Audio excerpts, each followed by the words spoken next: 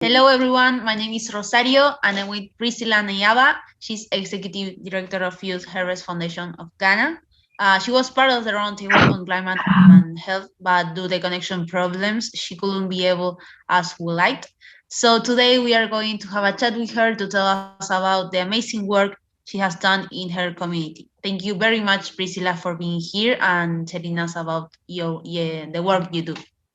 Youth Harvest was registered in 2002. We are located in the northern part of Ghana. We, as an organization, have a mission to enable young people to become self-reliant, self-sufficient youth, living in a more equal, healthy, and prosperous society. So with this vision, we have a much bigger mission that seeks to support and empower young people to be able to achieve their full potentials in their personal lives, professional development, for them to become active advocates of the rights of young people, and then they should be able to contribute to sustainable environment. So with this mission in mind, we currently work in 5 main thematic areas. We started with education in the sense that we know every young person's development starts with education. Give them the education and they will be able to grow, to develop themselves. And back in 2002, there were a whole lot of young people who were still not in school, especially the girl child, coming from the northern part of Ghana. And so we started with educational campaigns. We supported communities that were not having schools. We advocated for deprived communities without schools. We worked with Ghana Education Service, provided infrastructure, and then we also provided certain learning and teaching materials to deprived communities that we work in. Then along the line, we realized that we were experiencing high rates of teenage pregnancy, high rates of child marriage cases were coming in. Girls were dropping out of school. And so we did needs assessment that revealed that these young people are not really informed. They do not know about their bodies. And because of the culture that we find ourselves, sex is something that is very sacred here. People hardly talk about sex.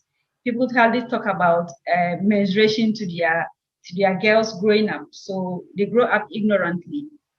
And so we brought in the issue of adolescent sexual and reproductive health education, whereby we work with teachers, GES officials, that is Ghana Education officials, providing in-school information. We started with adolescent health clubs in senior high schools.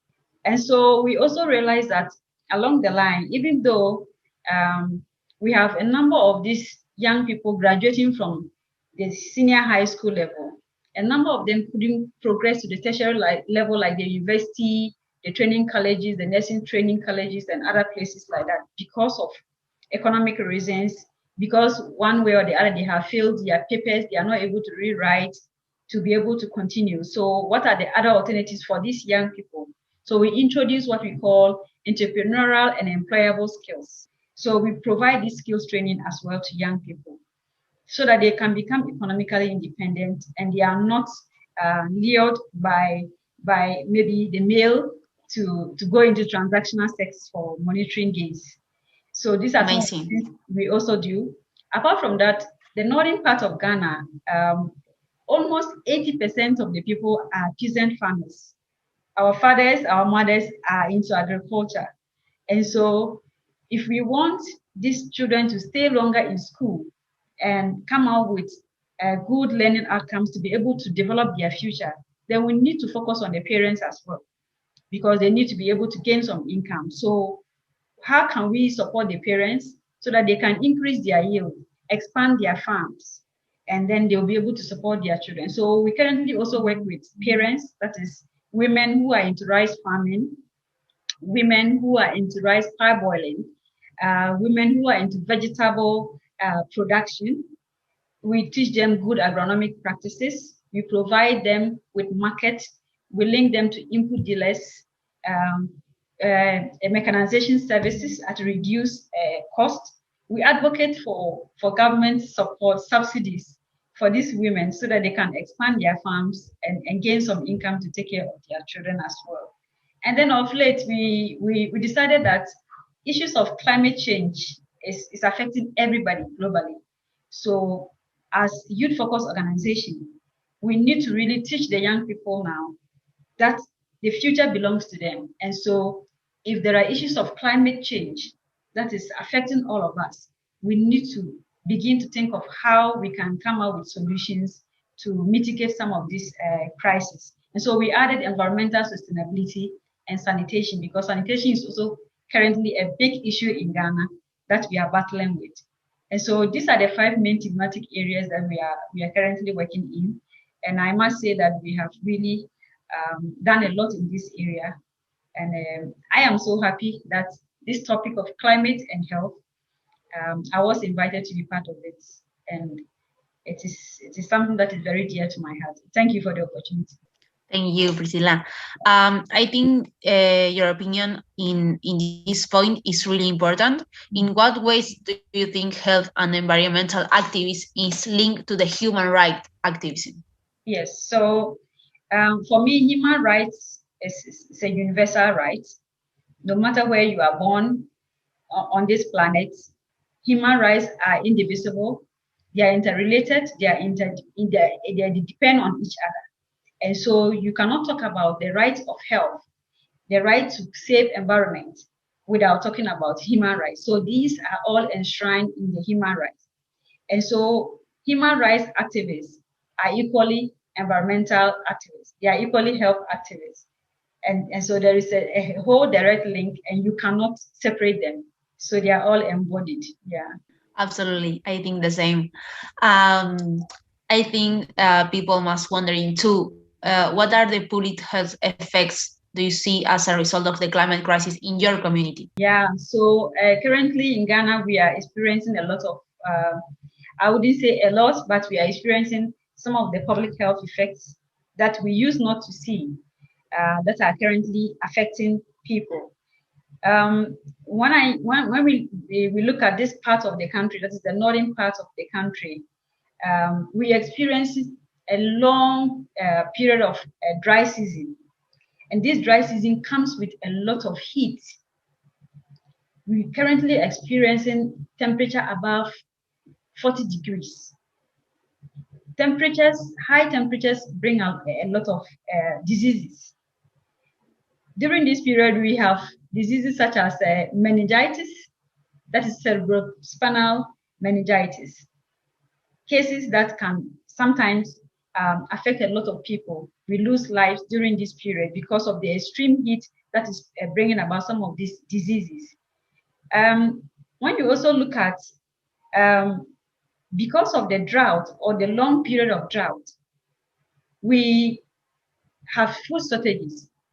And if these food shortages come about, then we have a number of people who are undernourished, especially the young people, children, malnutrition. People are starving because they cannot even afford 3 square meals. So we have issues of malnutrition.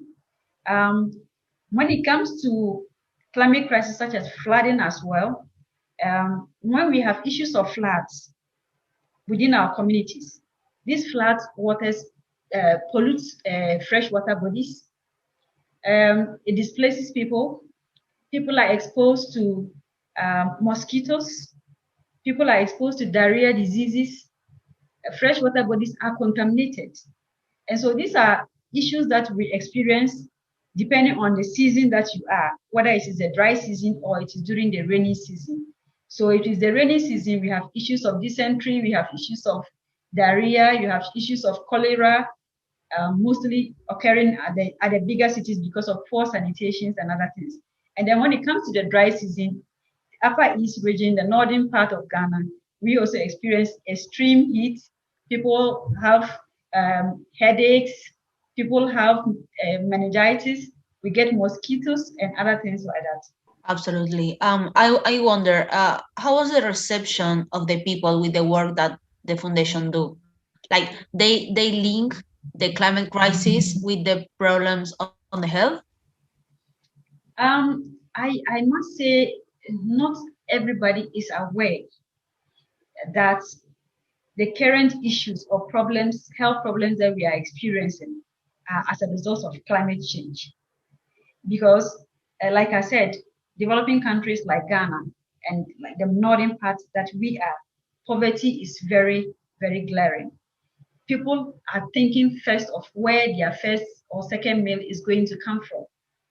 And so somebody wouldn't mind to cut down the last tree on his or her farm just to burn to get fuel or to sell as firewood to get some income. It is after you have cut down this tree, then probably you remember that this cutting down of tree is leading to deforestation or degradation and the consequences. So people don't really think about they are thinking about what they can do to survive now without thinking about the consequences of the aftermath of whatever they are doing. So we still have a lot of education to do. People are not aware, and we have to continue with our advocacy, especially this part of Ghana. Something that I'm very interested in asking you, since you do this incredible work with teenagers, is, do you think there is a correlation between the climate crisis and the structural gender inequality? When it comes to resources, the climate crisis brings about a lot of limited access to resources. And usually when it comes to division of resources, given equal opportunities, the female is always disadvantaged. In the sense that I mentioned that in this part of Ghana, majority of the people are into agriculture. But women do not have access to fertile land. Women do not have access to irrigated lands that are more fertile such that they can make a living out of it. But we all know that the climate crisis is caused by we cutting down these trees, we causing desertification, deforestation. But when it comes to the other aspect that benefits all, you see that the males are always dominating to having access to the economic aspect, leaving the females. Again, when we have climate crisis as a result of flood or as a result of bushfires and other things, a lot of the family members are affected. Some fall sick, you can lose lives, children are left out, and the women are the ones who are the caregivers in the community. So as a caregiver, she is supposed to provide for the basic need of her family. She's supposed to care for the sick. She's supposed to provide for school. And so you see that the inequalities glaring in the communities. And also from the part of the country that we are, our culture is such a way that we are practicing the patriarchal system. And so the female do not really have a say. The men are dominating the women to the extent that sometimes it is required that you seek permission from your husband to access healthcare.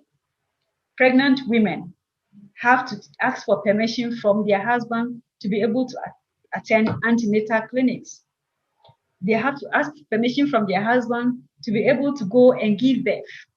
In some of the communities, even though the situation is getting better, but we still have some of the remote communities that these cultural values, cultural beliefs are deeply rooted, such that you can see the structural inequalities, the gender inequalities. And I think that climate change or the climate crisis is coming to even worsen the situations or the plight of females. Yeah. That is a very important message, bringing in mind that we are just a few days away from International Women's Day.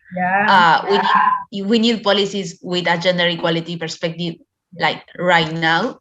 And there is so much work to do, and thank you for your work on this.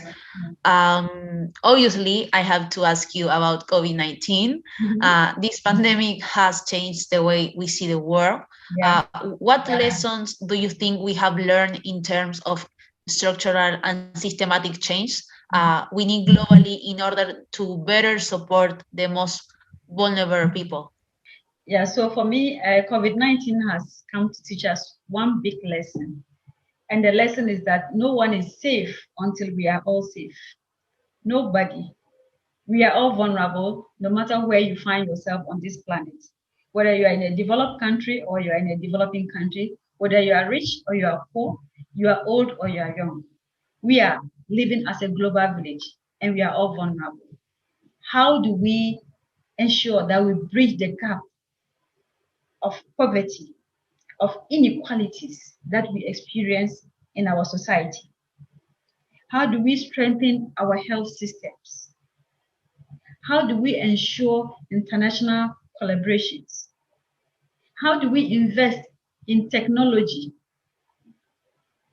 How do we share knowledge? How do we even respond? How prepared are we to respond to pandemics and other diseases? Maybe COVID is much manageable now. We may be experiencing something worse later. Who nobody knows. And so these are things that everybody, no matter where you find yourself on this planet, should not think of you alone and your citizens, but know very well that if you are safe and somebody in a developing country is not safe, for instance, these vaccines that are being developed, thank God, Ghana, we were fortunate to receive about 600,000 doses of the AstraZeneca vaccines from COVAX, which is a very good initiative that must be commended. These are systems that we need to strengthen, networks that we need to strengthen. How do we invest in things like this so that when we have future pandemics, we can be better prepared to respond to these pandemics? So these are my thoughts around COVID-19. And I call on all governments to come on board at this point, to know that for us to have a sound planet, everybody, no matter where you are located in the world, we need to work together now than ever. So we are reaching the end of this amazing conversation. Yeah. It was so interesting to be able to talk to you, Priscilla, and it's very important that thanks to the technology, sometimes we can see what is happening on the other side of the world, and that everything is connected. We urgently need to think in a more collective way, and I think we are beginning to be on the same page, but we must hurry because it's urgent. So here we are building bridges. Do you want to leave a message to our audience about the importance of acting in the face of the climate crisis to ensure health and human rights? Because we need everyone in the same boat right now, for sure. Yeah. So for me, all I want to say is that climate change is real. We have to all wake up and know that climate change is real. Climate change is creeping into our homes. Climate change is claiming lives. Climate change is destroying the planet that we currently enjoy. It is only fair that we rise up and do something about it so that the future generation can also benefit from the life that we have. And so I am calling on everybody to come on board. Whether you are old, you are young, whether you have money or financially stable or not stable, influential, whatever you can do to change the situation that we are currently experiencing in our various communities, in our various countries. You can start small in your community. And I admire people like Anuska, who is very young and passionate advocate for climate. We need more young people to come on board because the future belongs to us. That is what I will leave for all our listeners. Thank you so much for listening. Thank you, Priscilla, very much for being here. It was amazing. We will leave the social medias of the foundation on the description of the video, so everyone can see all the amazing work you do.